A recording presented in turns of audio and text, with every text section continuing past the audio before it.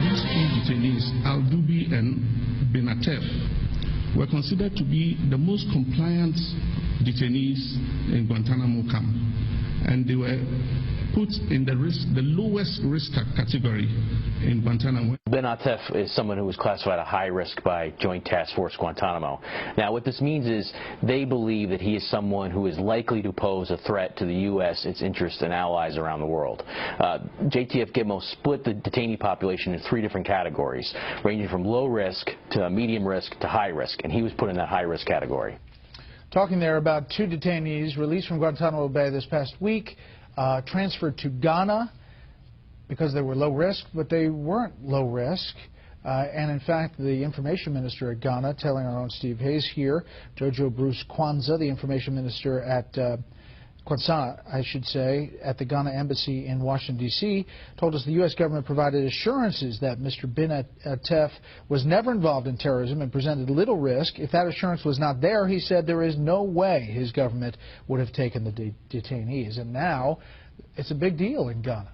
We're back with the panel. Steve, it's a great piece posting tonight on Wall Street Journal. Thank you. Well, it's a big deal in Ghana, and I think it should be a big deal here. And what I think is most important for people to understand about this case is this isn't a single case. This is representative of the kinds of transfers and releases that we've seen from the Obama administration and to a certain extent from the Bush administration before it.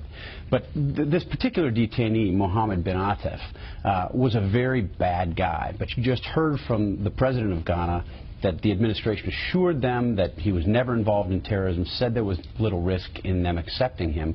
But you went over in your package, you went over his resume, as it were. The last time that military intelligence officials reviewed at JTF Gitmo, reviewed his background, they said he was assessed to be a fighter in Osama bin Laden's 55th Air Brigade. He was an admitted member of the Taliban. He participated in hostilities against the United States, continued to demonstrate his support for extremism and Osama bin Laden, recruited by al-Qaeda, stayed at al-Qaeda guest houses, trained at the famous al-Qaeda al-Farouk training camp. Name was found on al-Qaeda documents. He has threatened to kill U.S. citizens and, as you pointed out, slit their throats.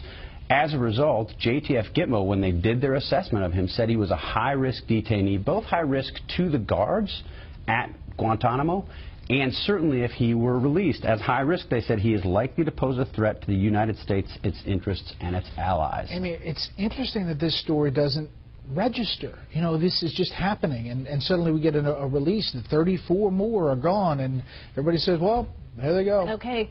Well, part of it is that Congress has made itself pretty clear about what it says. We're not going to bring any of these to the U.S.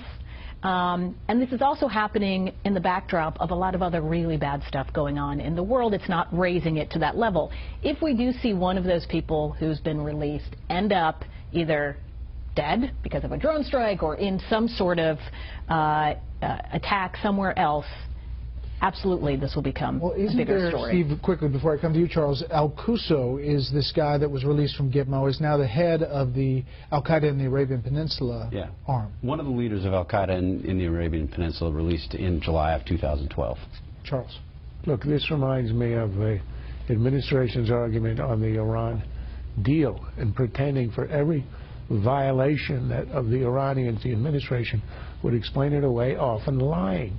It's his ends and means for Obama. He has an objective. He wants to empty Guantanamo. He pretends it's because it's a recruiting tool. Everybody knows that's a farce. And then they give us, and they gave the Ghanaians, I assume, false information about the nature of these guys. I think the reason it hasn't registered in the press, public opinion, is because nobody can find Ghana on the map.